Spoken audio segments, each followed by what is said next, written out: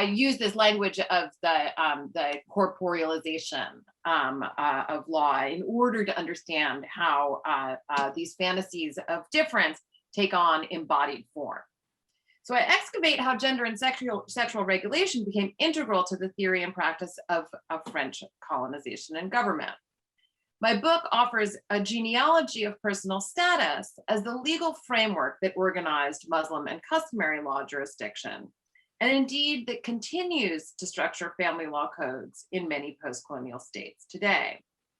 I'd explain how, when, and why religious and family law, as presumptive domains of intimate concern, were, in the context of a settler colonial project, cleaved from property law, which was increasingly territorialized.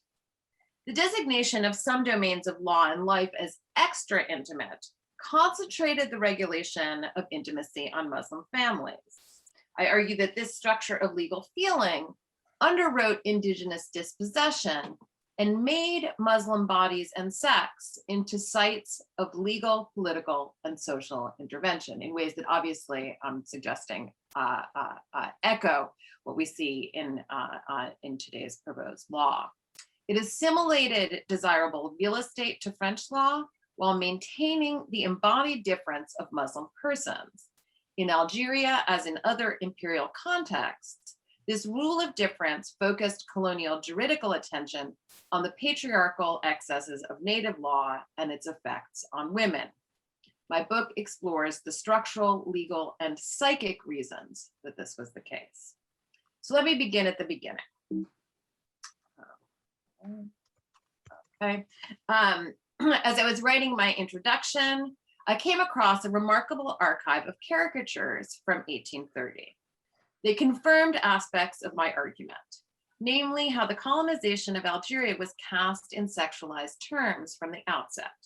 The images, some of which you see here, mocked the French mission across the Mediterranean as motivated by base desires and as essentially a sexual conquest. Critics of the mission immediately raised pointed questions about the military expense and efficacy, as well as the risks it ran of dishonoring the army, as these caricatures so clearly suggest. In response, advocates of the proposed of the occupation proposed a colonial rule of law that would, in theory, ensure that French soldiers and Algerian subjects remained in line. They affirmed, in the terms of the July 5th, 1830 Treaty of Capitulation, that the freedom of the inhabitants of all classes, their religion, their property, their commerce, and their industry will not be disturbed. And I underscore here that women will be respected. Citing this precedent, the architect of Algeria's 1834 judicial organization answered charges of French rapaciousness with promises of peaceful coexistence. He promoted the legal organization of colonization by proposing a no less phantasmatic idea of the occupation, in which local patriarchy, exemplified by what he described as the secret of interior life and cloistered women, would be preserved. Legal organization was thus supposed to establish effective colonial government and, crucially, to ensure the smooth transfer of property into European hands. The 1834 ordinance creating Algerian civil jurisdiction expressed this idealized vision by separating the laws that applied to French and native inhabitants of the ex-regency. In justifying the violent imposition of rule, France claimed to protect and preserve Muslim law. Long after the conquest, Algeria's legal colonization remained beholden to this image of a hidden interior life and cloistered women. Promises to preserve local gender order worked in tandem with a concerted effort to strip Algerians of their land. Over the course of a century, the law applied to desirable real estate, categorized as real property or le statut réel, was increasingly assimilated to a supposedly universal French civil law, while the personal status, le statut personnel, associated with family law and masculine privilege, became a repository of Muslim legal difference. Within the framework of the 1834 judicial organization, Muslim law became French law. Assuming a Janus-based approach, colonial officials at once upheld and criticized local law, especially its treatment of women. In their accounts, legal sexual privileges, including polygamy, repudiation, and child marriage, epitomized Algerian men's difference from French men. This French fixation on Algerian men's sexual privileges became a staple of colonial legal and political argument, especially after the 1865 Senatist Consult mandated that Algerian men, both Jewish and Muslim, and this is an important connection to Josh's work, had to renounce their local civil law in order to become full-fledged citizens. This rhetoric and policy created a rule of difference in the name of maintaining male citizens' equality before the law.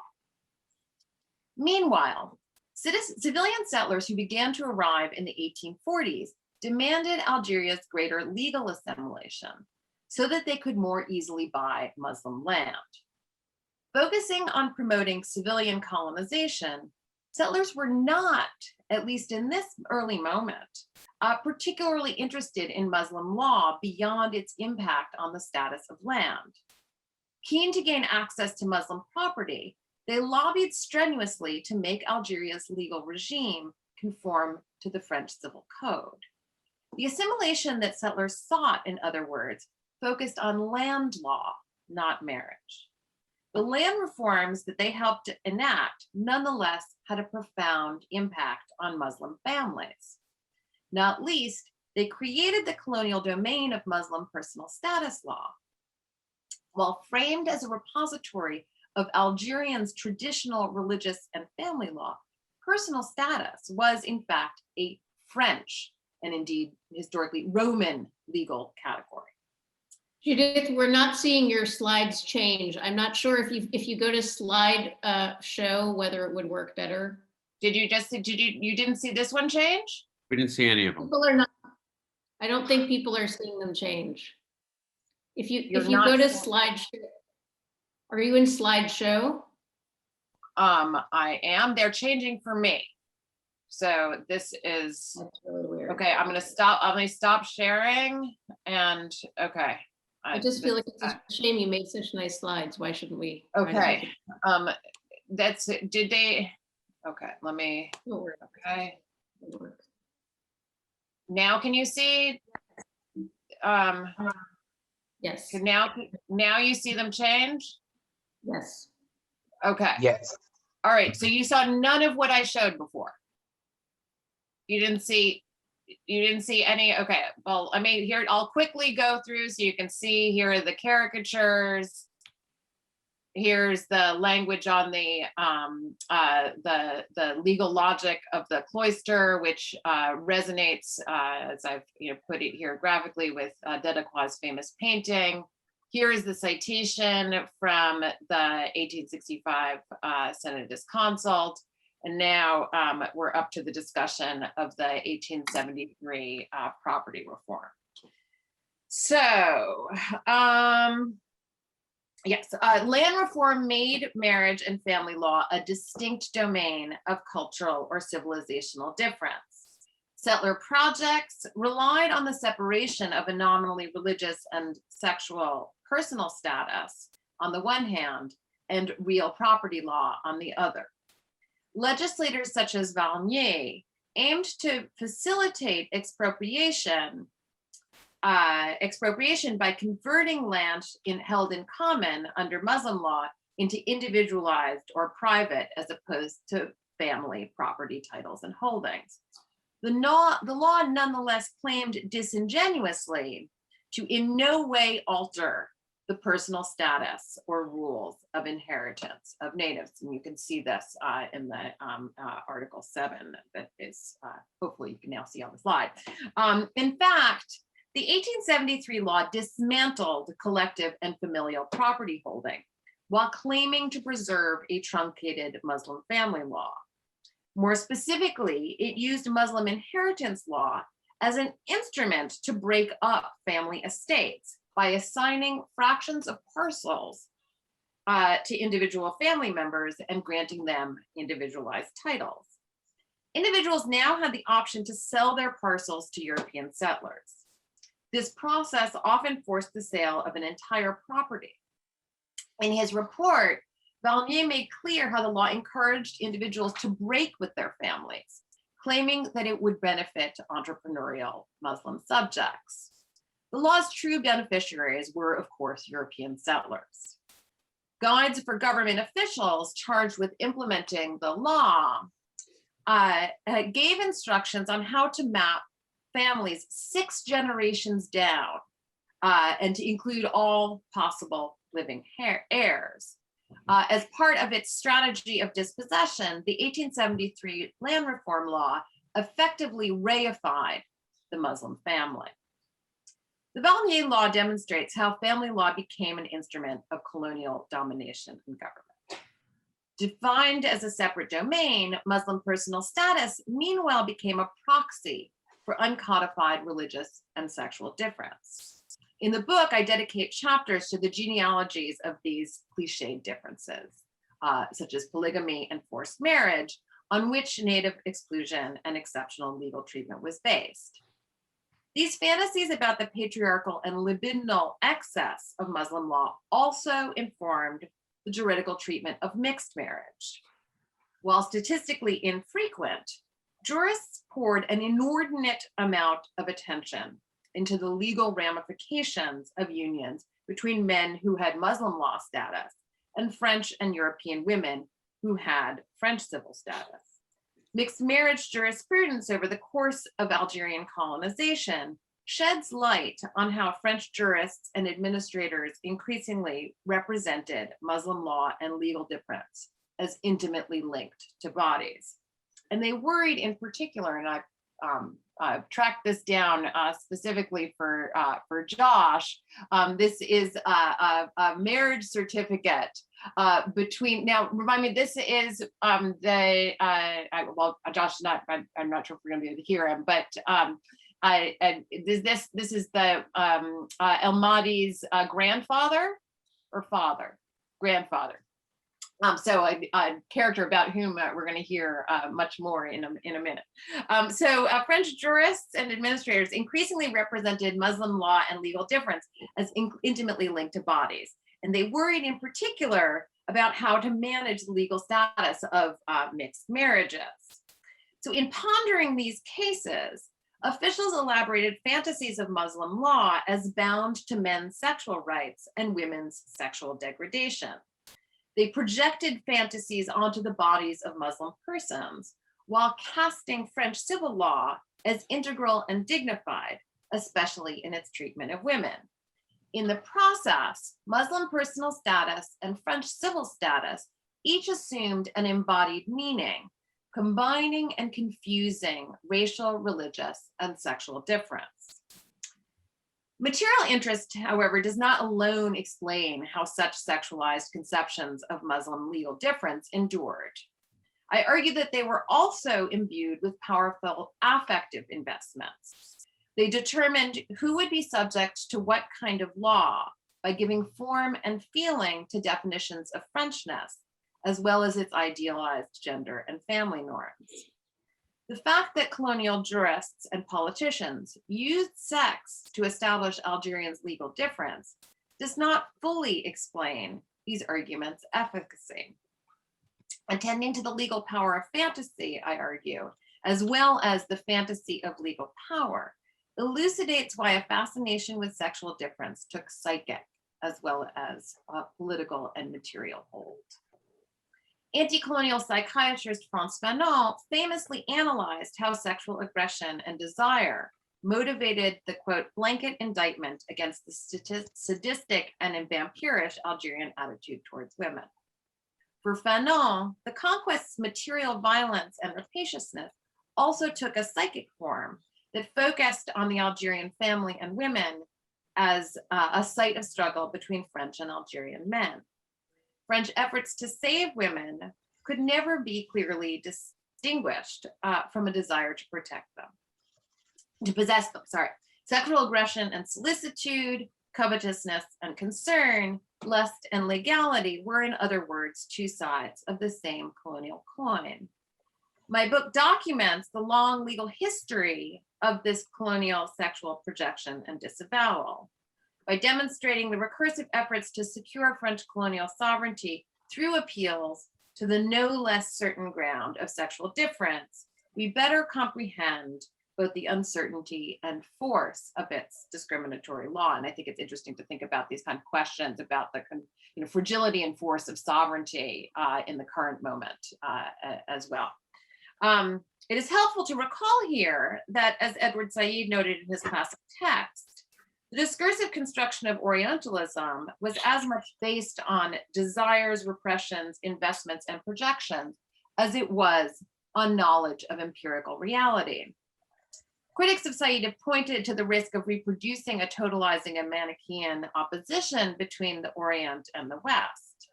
In exploring the phantasmatic aspect of legal Orientalism, I don't seek to reify and homogenize French and Muslim law, or to suggest that Muslim law was just a projection. Indeed, my account of the instability of French sovereignty indicates precisely the opposite. Understanding these projects as fantasies in a psychoanalytic sense elucidates their tenuousness, while also explaining their tenacious and violent effects. By demonstrating the recursive efforts to secure French colonial sovereignty through appeals to the no less certain ground of Muslim sexual difference, we better comprehend the uncertainty and force of its discriminatory law. Feminist scholars and historians have found the analytic framework of fantasy to be productive precisely because it accounts for how structures of power, even when precarious, produce real effects. As I've underscored, economic interests in Algerian land prompted French jurists' creation of a legal order that sequestered personal status from property law.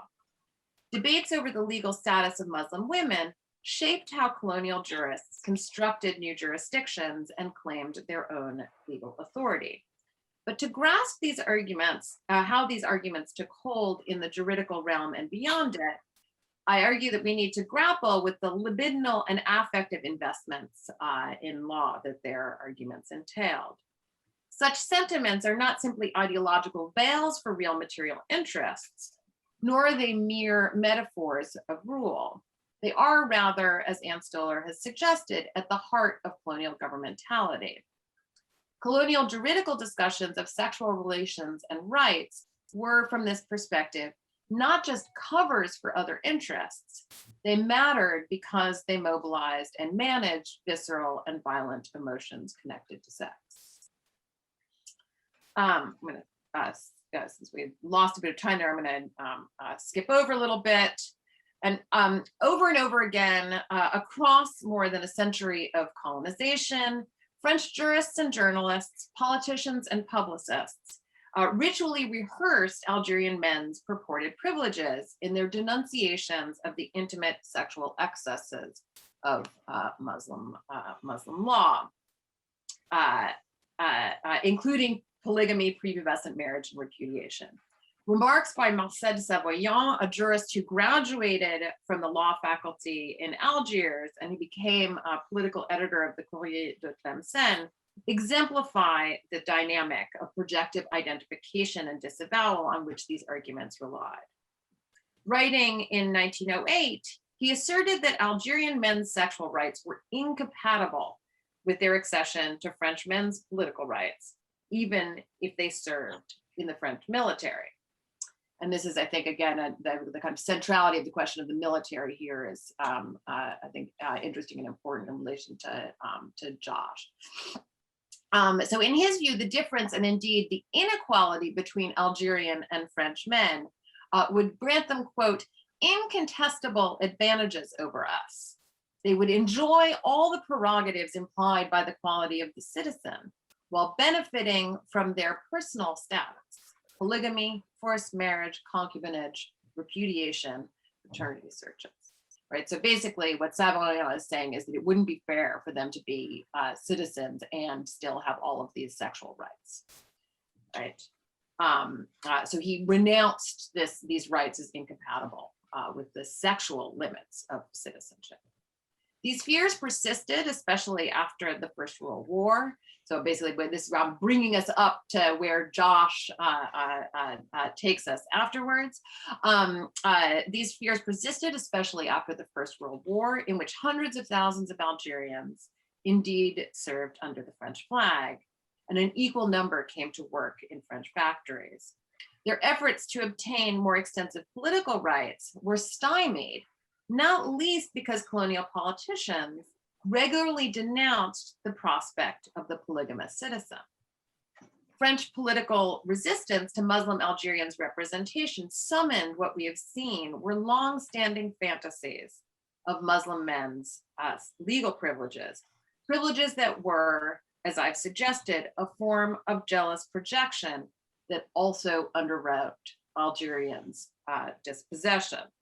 Right, so, and we can see some of this sexual envy and horror in this caricature from the moment of the centenary of colonization in 1930, notably from this kind of erotic humor magazine, French erotic humor magazine.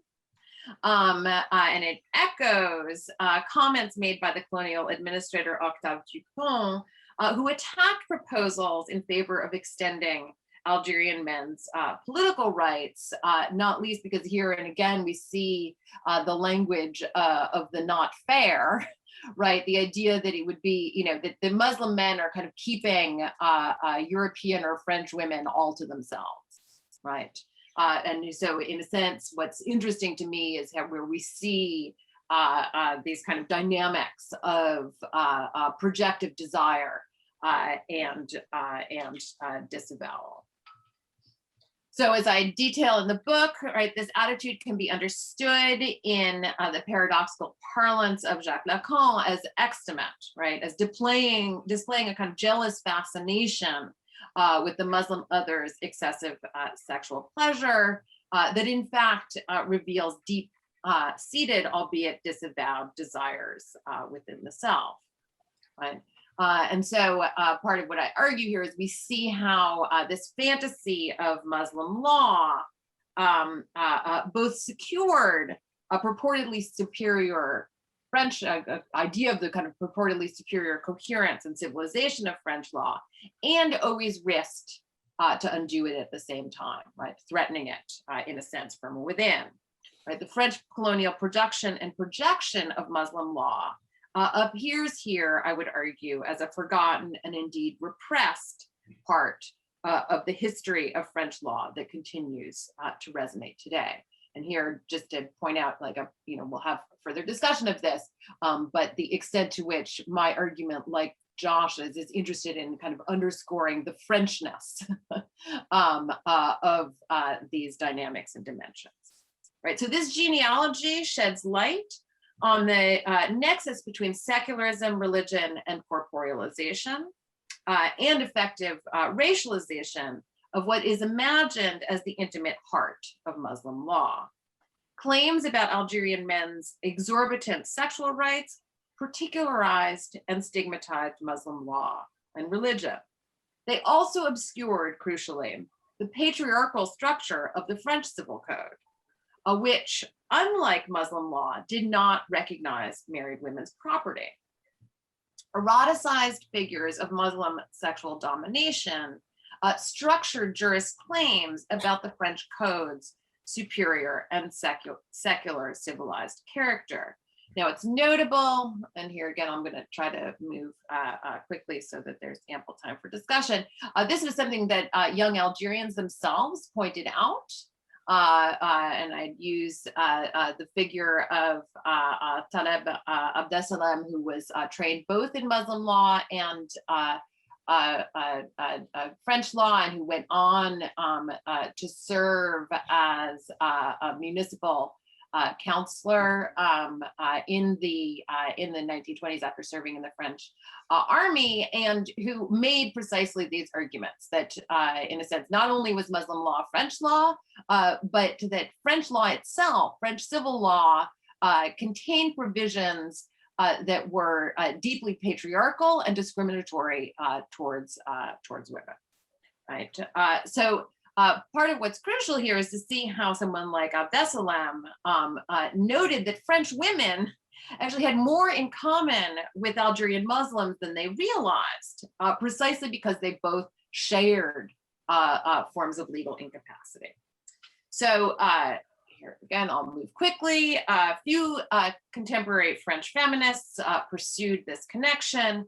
They rather, and here this is where we kind of see the overlap with the context that Josh is discussing, they categorically or close to categorically refused the prospect of granting Algerian men political rights, not least because they claimed that they would be, quote, giving rights, the vote to people who rape young girls, to people who have contempt for women, and who make them into martyrs, right? So suffragists used these arguments to explain why French women were more deserving of full voting rights than Algerian men.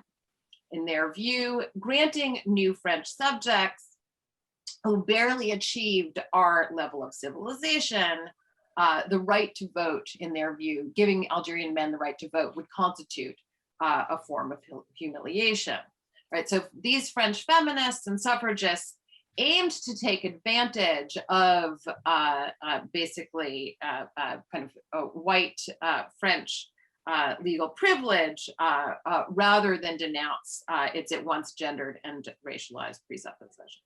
So this is where basically the point on which my book ends. And it is evidently intended to be a cautionary note, one that in the context of current efforts to shore up the French judicial arsenal against Islamic separatism by deporting supposed polygamists and outlawing headscarves on school trips, should give us pause. In the colonial context, the legal conception of dignity was closely associated with a racialized and corporealized conception of prestige and hierarchy, gendered norms and assumptions about sexual violence and vulnerability. The language of today's laws on the respect for Republican principles locates the defense of personal dignity within the framework of women's and human rights. But as in the colonial past, the visceral and vociferous defense of sexually vulnerable and victimized women actually underwrites both regulatory and police measures against Muslim French. Intersectional analysis, which is to say the mutual constitution of race, religion, gender, sex, and economic power, is an essential tool for understanding that history. So it is notable that such critical perspectives have recently been subjected to ideologically suspect political denunciations. And this is, of course, part and parcel of the broader campaign against separatism. As in the colonial past, that is at once rehearsed and repressed in contemporary discussions of the threat posed by Islamism to the Republic, it is worth interrogating whose interests and desires these discourses and policies ultimately serve. And I'll end there. And sorry for going on a bit long, but I was kind of attempting to manage the technical. All right, so now I'm going to go ahead and turn it over and make Josh the host.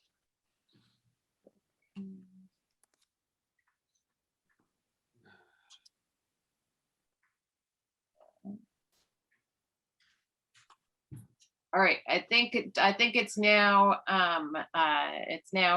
you, Josh. Got it. Okay. Let me just put my slides up, and here, let me move this over here.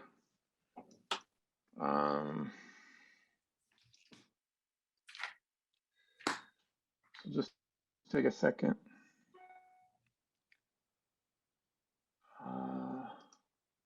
Oops.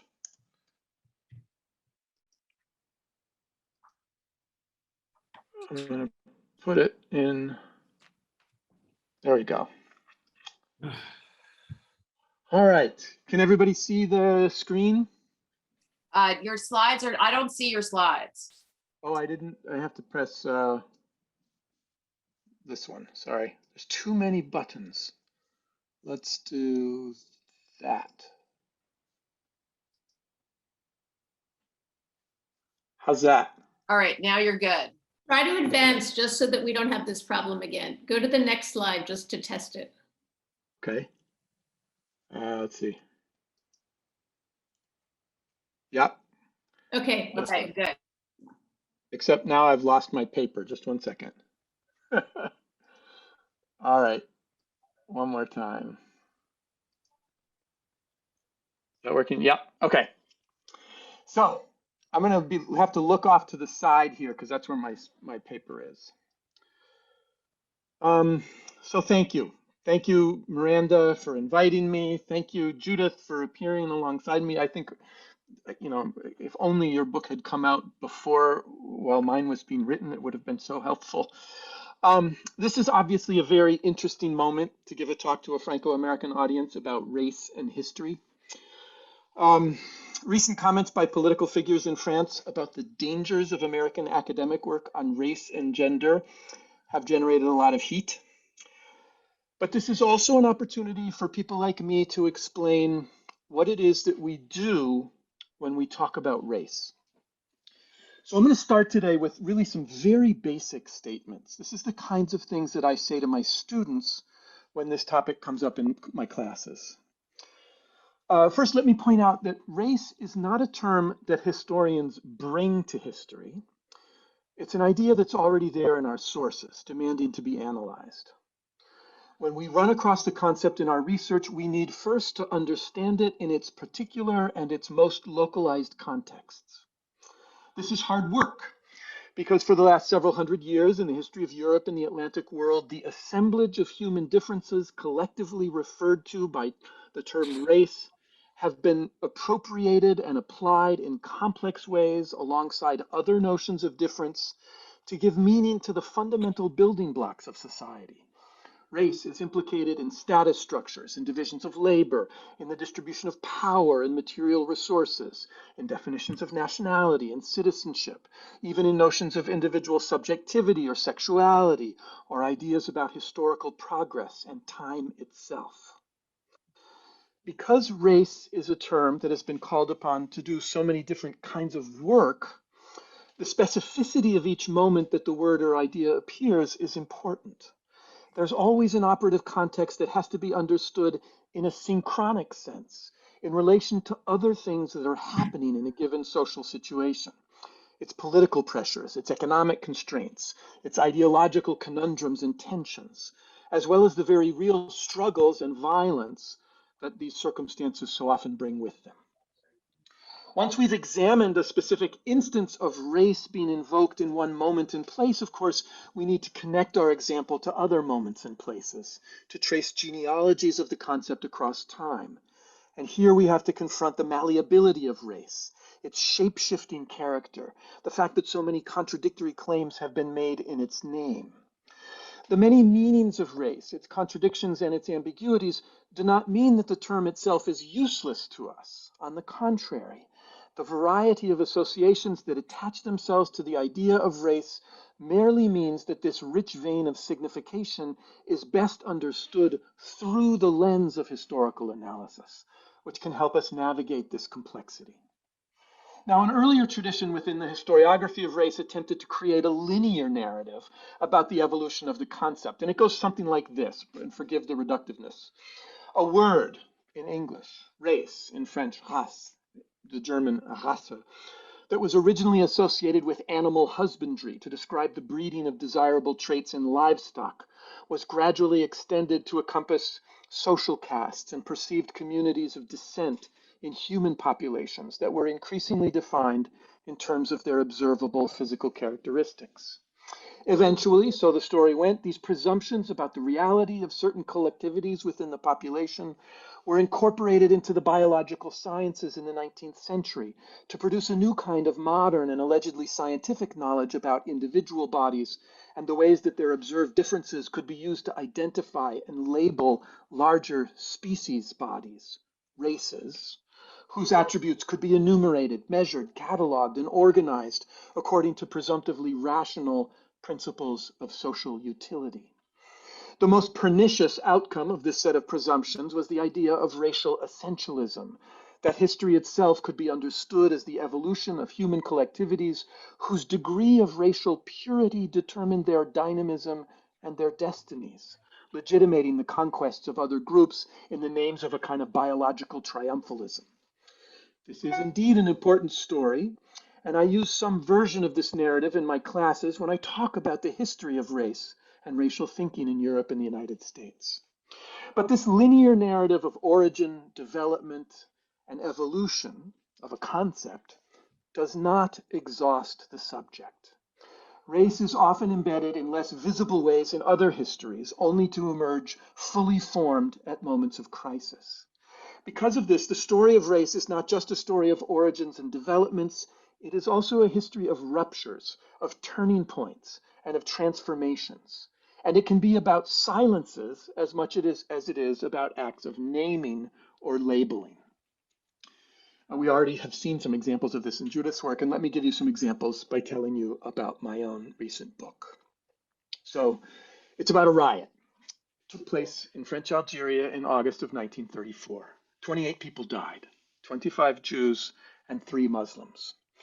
So these numbers make this the most lethal episode of anti-Jewish violence on French territory during peacetime in the modern era. And curiously, at least 2 books on anti-Semitism in France in the 1930s have been written that don't even mention the event. And the reasons for this omission are complicated and worth thinking about, but I would suggest that it has something to do with the presumptions about the way that race is or is not operative in discussions of social relations in France. The riots were described at the time by the residents of the city as an expression of racial hatreds. Since they happened in Algeria, however, and because Algeria is no longer a part of France, this violent event and its racialized overtones have somehow fallen out of the frame. And one of the goals of my book was to put it back. I argue that this is a riot that happened in France. Now, Constantine, now a city in eastern Algeria, is a provincial capital about 80 kilometers from the Mediterranean coast, not too far from the Tunisian border. It's in a very dramatic location at the edge of a striking gorge.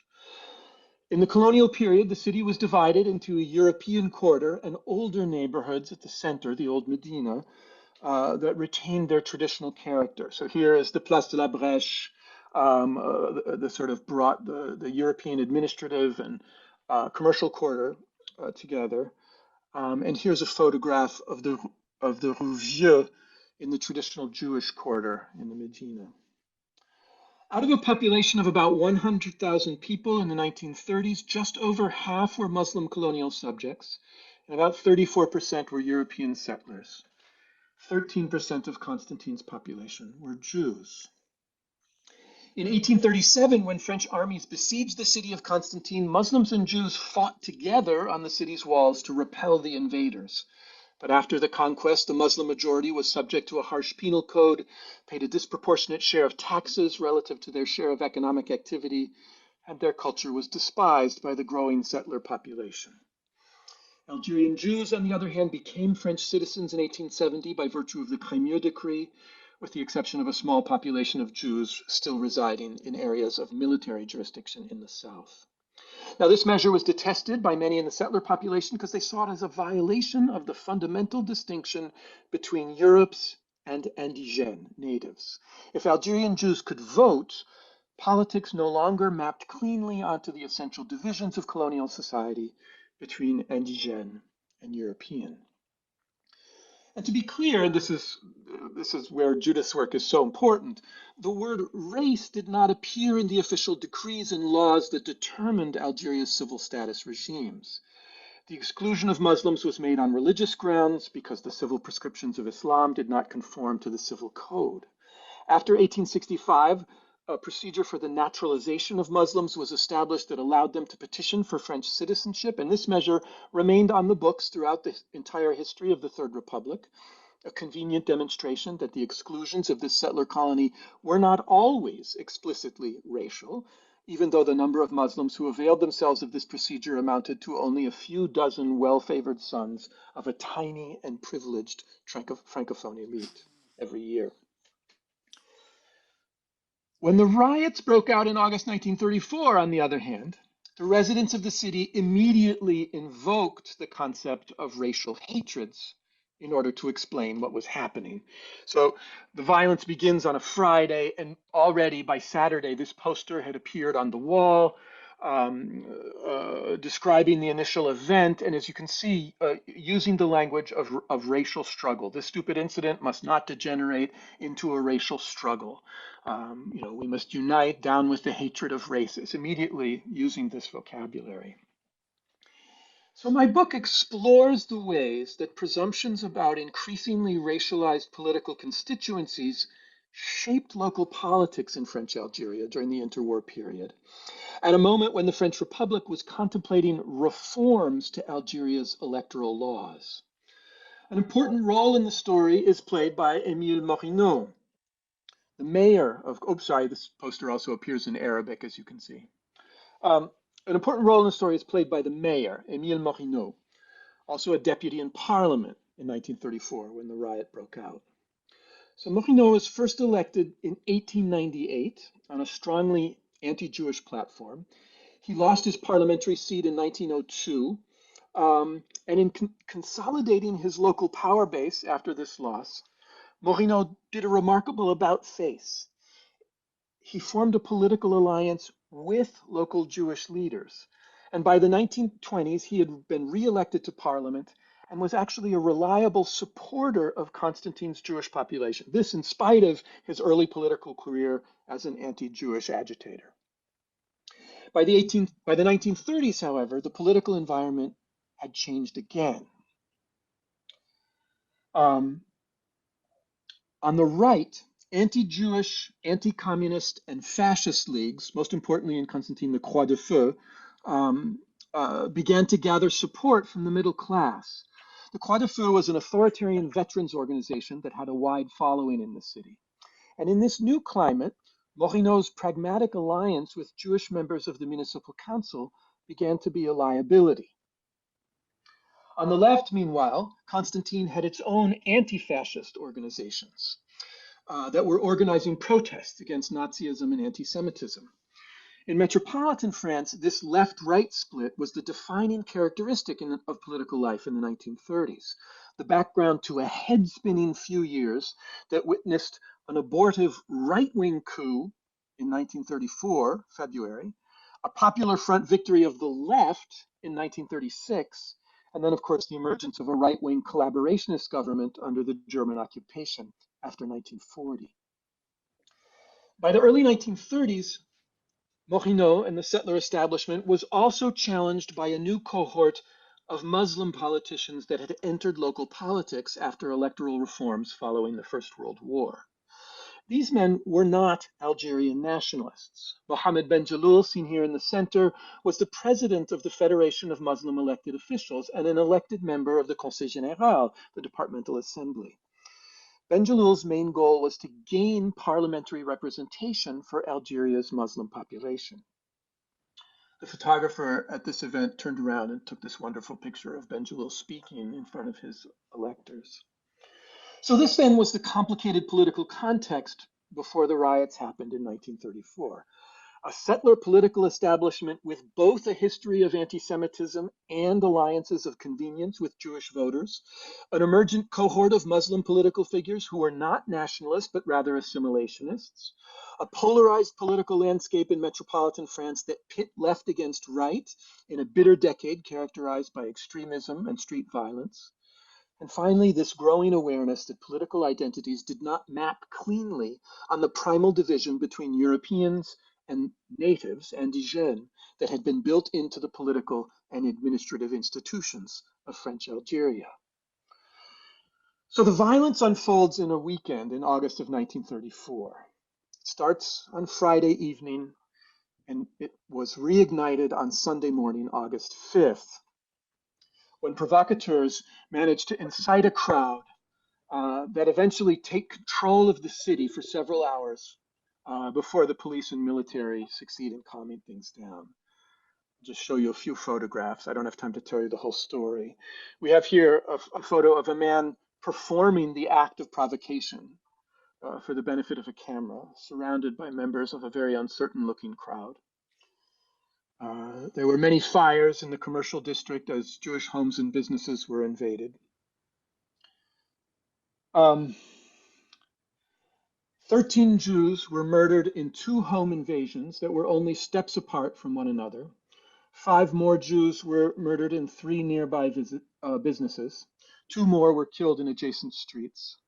1 Muslim man was shot to death before hundreds of onlookers in a central square. And several more Jews were murdered as the unrest spread to outlying villages. A Muslim boy was shot in the stomach in a nearby town.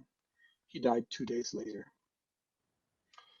So in the immediate aftermath, both the police and Jewish community leaders asserted that the riots had been planned ahead of time and provoked by a group of conspirators. And the police at first confirmed this when they leaked information to the press about the arrest of a, quote, gang of throat slitters who were allegedly responsible for many of the deaths, including the 2 home invasions.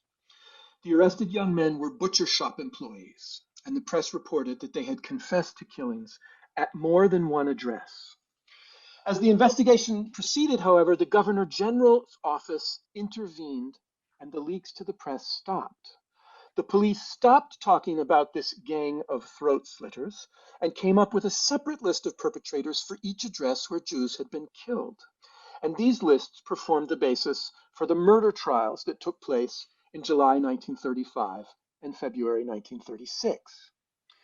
And meanwhile, the official investigating commission appointed by the Governor General of Algeria interviewed dozens of officials and eyewitnesses and dismissed all claims of conspiracy and provocation as unfounded. Instead, the commission blamed the riots on the religious fanaticism of the Muslim population of Constantine, while also suggesting that Jews bore a measure of responsibility for having provoked the anger of Muslims. And the later trials were carefully stage managed to confirm this account. So I've uncovered evidence that the authorities, in fact, knew much more than they revealed publicly. I can talk about this document if you want, but what it shows is that the police came to believe that the riots had been provoked by an agitator named Mohamed El Maadi. El Maadi was a soldier in the French army who the police connected to a prominent lawyer and elected official in Constantine named Etienne Miracholi. Miracholi was an ally of Mayor Marino, and he later played an important role in the murder trials in 1935 and 1936. He's probably the most important lawyer in town. In the book, I conclude from a wide range of evidence that Mohamed El Maadi and a small group of co-conspirators may have been responsible for as many as 20 of the 25 Jewish deaths on August 5th. Now, Mohamed El Maadi was no ordinary conspirator. This is a photograph from 1943. He's in fact a notorious figure in the history of political extremism in France, later well known to the police as a member of a violent terrorist organization that unleashed a campaign of assassination and bombings in France in 1937 and 1938. This network, known in the press at the time as the Cagoule, brought together militants from nationalist leagues in France who sought authoritarian and fascist solutions to France's political crisis in the 1930s. The Cagoule's most notorious figure, the assassin and terrorist Jean Filiol, recruited El Maadi into the organization. During the Second World War, El Maadi became an enthusiastic supporter of French collaboration with the Nazis and a propagandist for Vichy's anti-Semitic campaigns. And he actually finishes the war in the SS as the recruiter and commander of a brigade of Algerians who fought with the Germans against the French resistance. So let me be clear, Mohamed El Maadi was a French Muslim man who was not an Algerian nationalist. He was a third-generation French citizen by birth. Both of his parents and both of his grandfathers were also French citizens. This is the birth certificate or the marriage certificate that Judith showed earlier. One grandfather, married to a French woman, served in the French army. His other grandfather and his father held offices in the colonial administration. El Maadi himself studied at the Sorbonne in the early 1920s before enlisting in the French army to fight in Morocco. El Maadi's participation in the violence of 1934 was not an expression of a specifically Muslim form of anti-Semitism. On the contrary, it was linked to his embrace of an extreme form of French nationalism that was also viciously anti-Jewish. Sometime in the early 1930s, he became involved with right-wing militants who advocated violent attacks on the Third Republic and leftist politicians. And his participation in the murders on August 1934 marked an important step in his political evolution toward a form of fascism with deep roots in the history of French colonialism. But because El Maadi's participation in the Constantine murders remained unknown, contemporaries blamed the city's Muslim population as a whole for the murders on August 5th. It also meant that Mohammed Ben Jalloul's campaign to gain parliamentary representation for Muslims in the French Republic was tainted with the stain of murder. This was El Maadi's goal. He and his co-conspirators assumed that the riots and murders would drive Muslims in Algeria to forge a bond with French extremists by encouraging a shared hatred of Jews. So let me sum up here. The conventional wisdom put forth by the Governor General's official report and confirmed by the trials in 1935 and 1936 held that the violence was the natural and inevitable result of hardened and racialized ethno-religious boundaries that were a part of North African history since before the French conquest. I argue the opposite. The violence in Constantine broke out because of the possibility that Muslims and Jews might be included in the French polity on equal terms. This bears repeating. The riots took on their contemporary meaning in the context of a debate about reforming the colonial system, not ending it. This period was characterized by many political experiments that crossed the boundaries, separating Jews from Muslims, French from indigènes, European from Algerian. The ostensible goal of these experiments was to make French Algeria more inclusive, but they worked at cross purposes because there was a lack of consensus about what kind of Frenchness this inclusiveness would serve. Colonial reformers sought to extend the voting rights of Algeria's Muslim majority, but provocateurs in Constantine sought to taint Mohammed Ben Jalloul's federation of elected officials with the stain of violence. And they recruited Algerian Muslims like Mohamed El Maadi to a different program for inclusiveness, an alliance between Muslims, very few I should add, and the hard right, founded on a presumed shared hostility to Jews. This right-wing political project ultimately failed, but on August 5th, El Maadi's provocations worked.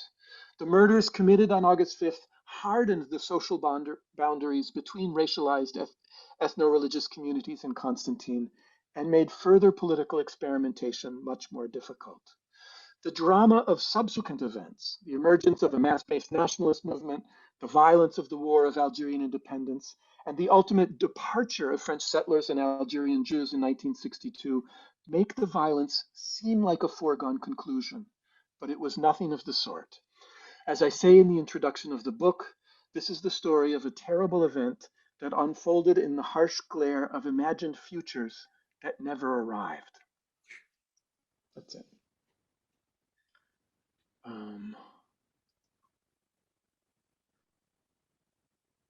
All right, I am going to make Judith the host. Can I do that again? Or sorry. I think why don't you go ahead and make Miranda the host again? Sorry, yeah, that's what I meant. That's what I meant. Yeah, okay. Stop share. All right, where's Miranda? There you are. Make host. You're host. Did it work? I can't hear you though. You're muted. We're still Still yeah, we can't hear you, Miranda. Can you hear me now? Now we can. Okay. Well, thank you so much for those wonderful, rich talks. And I hope people who have not acquired the books that these talks are based on should do so. I guess our structure will be opening it up for questions right now about the talks, and then we can have a larger discussion. So I want to invite people to use the function that allows them to raise their hands. And I will call on them. Just really quickly, I think this might be a dumb question, Judith. I'm just not sure. Was there ever a discussion about using the category of corporate personhood? That is to say, I had two questions, but my first one is there are two kinds of legal persons, right, in French law. There's the thing that they now bizarrely call the personne physique, which is not actually a physical person, but whatever. And then there's the personne morale, which everyone else is more familiar with, and that's the corporate entity that can be collective. I guess what I'm wondering, and of course there's this language of the body that is very explicit in the language of civil law already.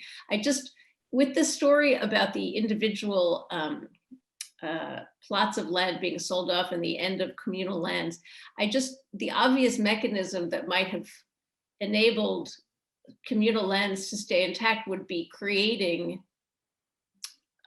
collective personhood in the form of a personne morale, I suppose, for a particular region which had its lands. And then, so it lay within the possibility, but then you would have to create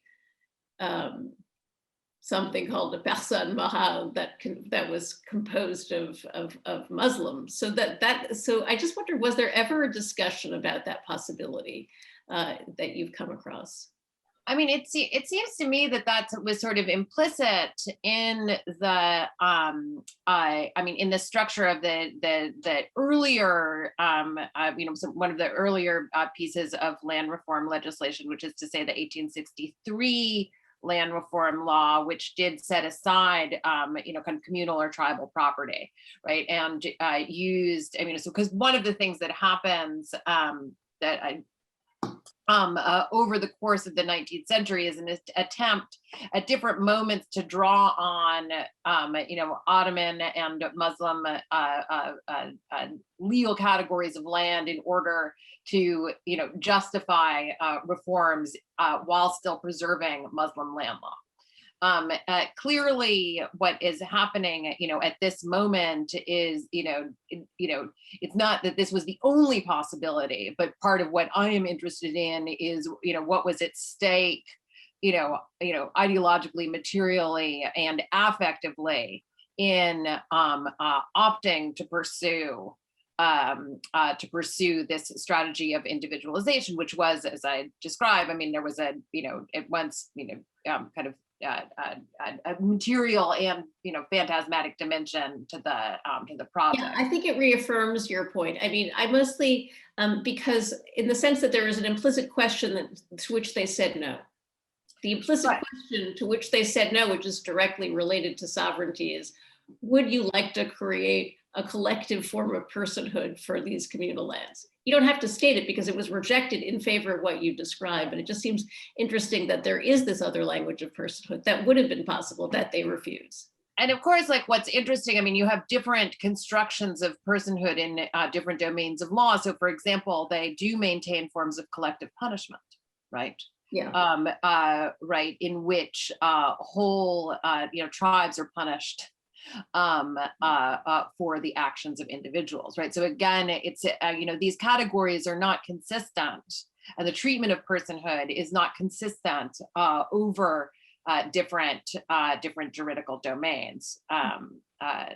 So I think that thinking about them, and there, right, is the assumption that when it comes to issues of criminal responsibility, you can't hold single individuals responsible, rather entire groups or populations, which I think is actually a very interesting connection to some of the things that Josh is demonstrating in his, kind of gorgeous unpacking of the, the subterfuge surrounding the riots, right, in which the idea that it was, a kind of core coterie, whether the throat slashers or El Maadi himself, it's rather responsibility is displaced onto Muslims. Right. So at different moments, you'll have figures mobilize different kinds of ideas about personhood and individual capacity. Thanks so much. This is maybe a dorky question, but on one of your slides, the slide that's with the quotation about how land is going to be under French law and personhood will not, it's not civil law that's on the slide, it's public law. If I read the slide correctly, we're going to put this land under. I think it's notre. I mean, hold on. Let me. I don't. And it was just an oddity. I believe it was. I don't think it's wrong. I think that's what it is. I just think it's notable that they don't use the law. They say public law, which for those of you who are listening, is not the thing that normally governs transactions in property. Right. That's constitutional law. Right. So there's a structural oddity that's very noteworthy. Steve, you seem to be. I want to allow Steve to ask his question, but it's because I suspect it might be related to the sovereignty question that's sort of coming up right now. Yes, it is. Thank you, Miranda, and thank you, Judith and Joshua, for joining us. This has been just a spectacular and extremely stimulating set of presentations. And I think that the public law question does touch directly on the question I wanted to ask Judith regarding sort of, because public law, as you said, Miranda, obviously relates to constitutional questions, but it also obviously relates to the whole body of administrative law, right? That's part of what is going into le droit public.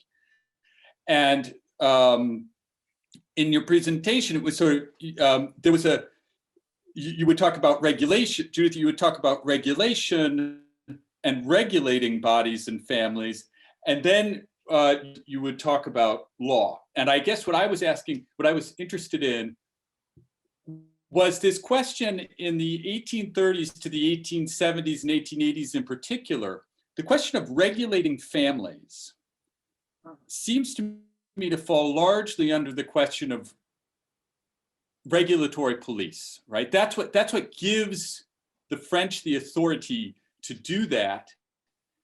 And as opposed to the civil law, which, as you described, is dealing with the questions of property, et cetera. So what gives the French the authority to intervene into the private sphere and to go in or not is a question of the reach of regulatory power and administrative power. And one of the classic texts, which I'm sure you're familiar with, on le droit administratif in France, written during the Second Empire, is by the jurist Boeuf.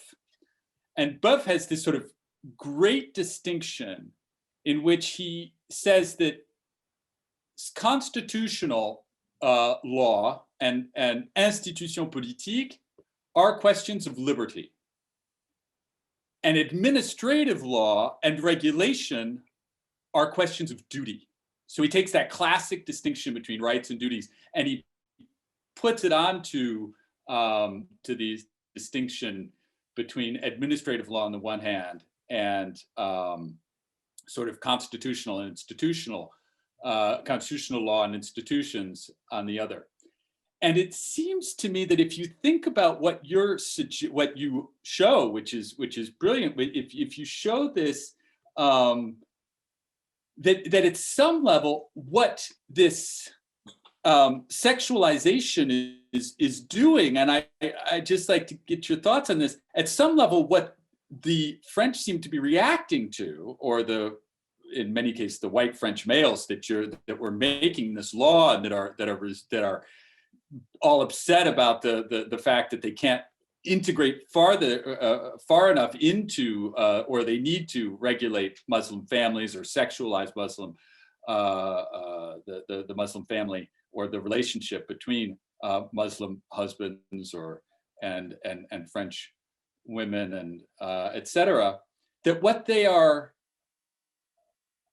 at some level fighting against is the fact that they don't feel that the duties that they are obliged to respect are the duty that not everybody has the same duties. That's what they're, and so it's not so much a question of rights as a question of duties, and the fact that as white men they're making these sacrifices in the metropole or in the context, and that other people aren't forced to make these sacrifices, and so it's very much in the it just seems to very much go in the direction of this distinction goes very much in the direction of your argument, and it just really struck me that in the 1860s and 1870s they're describing this ability to intervene as a form of duty. So I don't know if that sparks any thoughts for you, if that makes sense to you, but that was. Yes. So thank you so much. And so several things. One would be that I think you're absolutely right that in a sense this would be especially with in the early period within the domain of the police. But part of what I'm arguing is that they at least in terms of kind of actual legal practice are not terribly interested in family reform in this earlier period, right? Because the focus is on land. Right, so that's why you have, figures saying like, well, fine, like let them have their polygamy. We want their land, and like actually, if we reform the land, maybe that'll like reform the polygamy. However, and this is true that I didn't go into detail about the 1865 Senatus Consult, which this is also an interesting connection to Josh, right? Because it's actually some of the issues surrounding the citizenship or naturalization of Jews that put the question of religious or local civil status in relationship to citizenship on the table. And that's where you have the emergence of the arguments about the relationship between duties and, in fact, not rights, right? Much of the discourse constructs Muslim and Jewish, practices of polygamy as a form of privilege, right? So they notably use the language of privilege as one of the ways in which they target its illegitimacy. And you are absolutely right that basically what they're saying is we as citizens have to be monogamous, right? So it is not fair, right? If and that in a sense, like that citizenship requires this sexual self-discipline. And this is, a mark of our civilized masculinity, this capacity to self-discipline, so that it once justifies their superiority, but is always also underwritten by what I describe as a kind of desire, envy, and jealousy. Right. And what's remarkable about the language that they so systematically deployed is that you see that doubling at work repeatedly. So you're absolutely right. And this is a kind of point of connection with the arguments that I make in my first book, which is precisely about how ideas about sexual self-discipline are constitutive of Republican ideas about masculinity and citizenship. Right. Absolutely. Thank you. May I ask Josh? Miranda, I had a quick question for Josh. Yeah. Yeah. Well, go ahead, Steve, and I'll ask afterward. Go ahead. Okay. Thank you. That's really interesting, and I do see the connections with your first book, which is So, and Josh, thank you as well, and thank you again. And I guess the question that I love this idea of, I think that this argument about a a set of possibilities, a set of horizons that were opening that are shut down instead of a kind of replaying of classic stories of violence. It's just such an important argument. I guess the way you told the story, and unfortunately I have not had a chance to read your book, so maybe this is there, but I guess the way you tell the story, we are in this relationship between the metropole and Algeria, and then the larger continental situation and the tensions that are emerging. And I guess, I was thinking about, for example, the 1930 mutiny in Indochina. I'm thinking about some of the violence that's taking place in the mandates in the Middle East. And I'm wondering the extent to which you think that this new horizon of possibilities is not at least partially being created by a new set of a new kind of colonial horizon that is clearly coming out of the First World War and that is emerging in this kind of new anti-colonial mode that is born in the late 1920s and 1930s, and that there is that what's happening in Algeria, I guess it's sort of question about what is happening in Algeria what might its connection be to Morocco, to the mandates in the Middle East, and even to Indochina. And if you saw anything along those lines, that is, if this seemed to be a connection between tensions in Paris, political tensions on the continent manifesting themselves in Paris, and then echoing into Algeria, or whether there's also something happening, if maybe one could say horizontally as well, that's pushing some of this violent reactions that are taking place, and either through individual connections or more structural connections.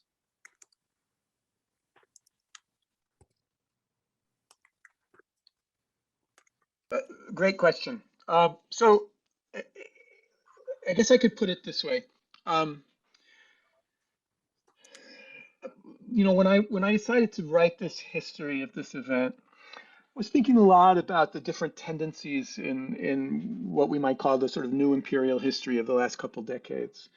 And there are different axes that has unfolded. There are people like me, and perhaps also Judith might fit into this a little bit too, essentially trained initially in a metropolitan context, and then found our horizons expanded outward as we became teachers, and our work has unfolded at a kind of metropole colony axis, right? We were interested in what it meant for France to be an empire and the ways in which that our conceptions of our own discipline and our own specialty within the discipline, as Europeanists who studied France, were forced to sort of reckon with other parts of the world. And then there is this a kind of counter tendency in the new imperial history, which seeks actually to break down that axis, which is less interested in relationships between, in the sort of spokes that lead back to the center, right? But more interested in the ways in which a set of historical linkages and mobilities are creating connections between North Africa and the Middle East, Algeria, Morocco, Tunisia, etc. Right? So somebody like James McDougall, his book on his first book on the history of on the writing of history in Algerian nationalism, actually doesn't spend much time talking about France at all, but spends quite a bit of time talking about people who travel to the Middle East. So I've been influenced by both sets of writers and historians, but there was something peculiar about this particular story that had been left out because when you write about violence between Muslims and Jews, there are unfortunately many other examples to refer to. People's initial reaction, and I'm speaking here of other historians who've written about this event, was often to assume and to leap very quickly to assertions about connections to Palestine, right? You know, that there was violence unfolding in Jerusalem at the same time between Muslims and Jews. There's violence between Muslims and Jews in Morocco also in the 30s. And I guess I would put it this way. It is absolutely true that the way that the violence of 1934 was framed after the fact by observers at the time, people who were there in the city, is entirely shaped by their understanding of what's unfolding in other parts of the world, right? What's happening in Jerusalem, for example, becomes a part of the way that the meaning of the riot is interpreted after the fact. But I'll be very honest, I couldn't find any evidence leading up to the riots that this was playing a major role. Now, it's true that there is some Arabic language newspapers in Constantine that are referring to violence in Palestine, and there's even some charitable organizations that are raising money. But these are relatively small circulation for a literate population. I just didn't find any evidence on the street. And instead, I found this rich local political context, which was much more important in driving things forward. And so things like the fact, I didn't have time to mention this in the lecture, but things that the crowds who were attacking the Jewish businesses, those that were provoked, I believe, by this group of people working with Mohamed El Maadi, were shouting "Vive la France" as they broke down the windows of the Jewish businesses. They actually unfurl a banner at one point and hang it from the bridges that says "Vive la France," right? And that part of the story had been left out. So my book does reassert the importance of a kind of metropole colony axis in this case, but I would never want to say that that's because that's the right axis in all sorts. It's simply that there was an absence of understanding of this local context that was related to the politics of France and the politics of Frenchness in Algeria. That's important. That's great. Thank you. Yeah. And I have more to say about the ways in which this is related to European politics and the polarization between the left and fascism too, but I'll save that for another time. I have a quick follow-up question, which relates to the spatialization of France and the colonies in the space of the city of Constantine itself. I was just reading the memoirs of Benjamin Stora, whose hometown is Constantine. And first of all, it's very interesting. He mentions other anti-Semitic incidents. This is not in there. I mean, when he's situating, so so that's the erasure in his own text was interesting in this. This is the book called Les Clés Retrouvés, which is okay. So, but what he does describe is that Jews and Muslims, for the most part, even in the 50s, which is when he's around,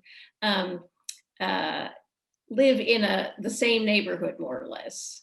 And then there's the section, which is, so there's a spatialization of the metropole, because then there's the other part of Constantine, which is France, right? Because this is the way colonial cities are structured. And that's what we saw in some of the images that I was experiencing serious image envy when I saw these beautiful presentations. In any case, so what I guess my question is, so how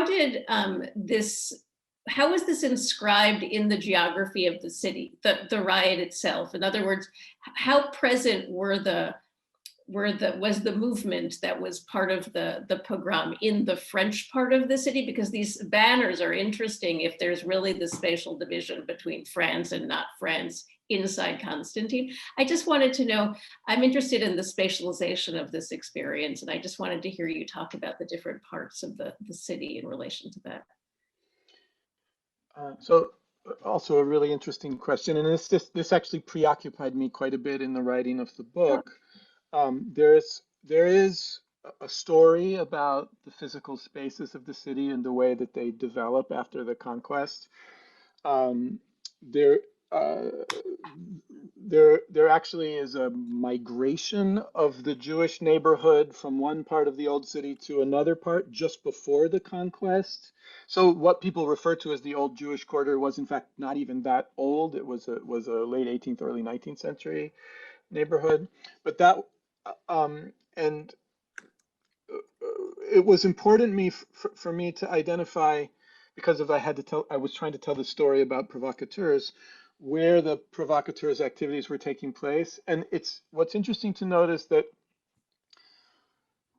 the violence doesn't actually, the worst of the violence doesn't happen in the old Jewish quarter. The home invasions and the most of the murders occur in a part of the old city that had been penetrated by new, broader streets during the colonial period, that had not been a Jewish neighborhood before, but where more prosperous Jewish families had moved as their business establishments became more profitable.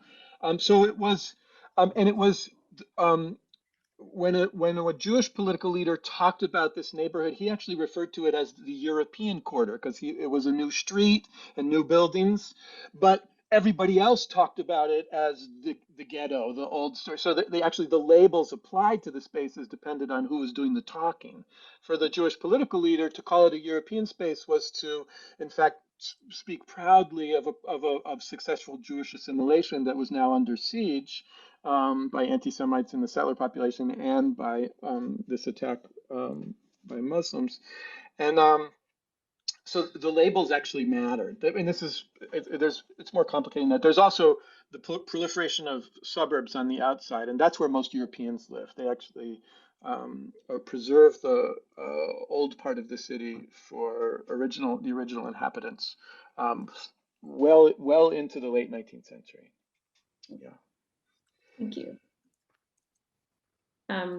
Just that question about erasure. Do you have thoughts on why it's missing from when he's situating the history of Constantine in Muslims' relations to Jews? He would not allude to this incredibly crucial. There's a funny story. I don't know how much I can say in public. So I've talked to Benjamin Starr about this. His family's actually in my book, which I was a little nervous about, and I waited some time before contacting him to tell him I was working on the project. And later we spoke about it. His mother's, I guess, can I say this in public? His family's in the book. One, I think I can say this. His mother's brother was actually tried for provocation after the riots and acquitted. That explains it. Thank you. I mean, it wasn't so that explains the erasure. He knows the story, and it's a complicated one, right? Yeah. Oh, well, I'm glad we have that out now. So I thought in the time that remains, we have this opportunity with two really admirable and creative scholars to think in terms of what these works share. I think it was useful to hear you articulate, the sort of story of the new imperial history. I think that's very useful. But I do think that both of you evolved, changed methodologically through these projects. And I guess you also, you've created innovative histories for people well beyond the domain of new imperialism, right? Neither of you, I think, imagined yourself to be necessarily speaking to the community of new imperialism. I guess to the degree that these, I noticed that you, Josh, in your talk insisted that this is an event happening in France, which I think is a really important thing to say. I think that this kind of entanglement with French law is very important to Judith's story. And I guess my question is, so for people who are trained as French historians who are now confronting these very different histories, to what degree is it possible for you, even when you're teaching, to teach metropolitan history any longer, given your archival and research experiences now? I mean, how do you even approach, now that we've discovered that very essential features of French identity are being articulated beyond the boundaries of France, how do you, as a teacher, approach this problem?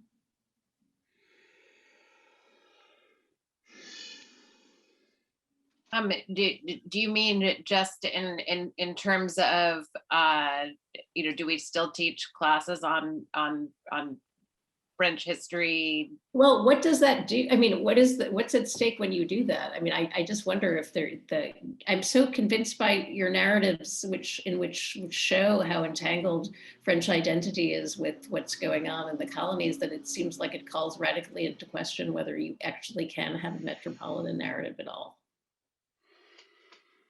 Well, I definitely don't. I mean, I'm sure that Josh has many similar.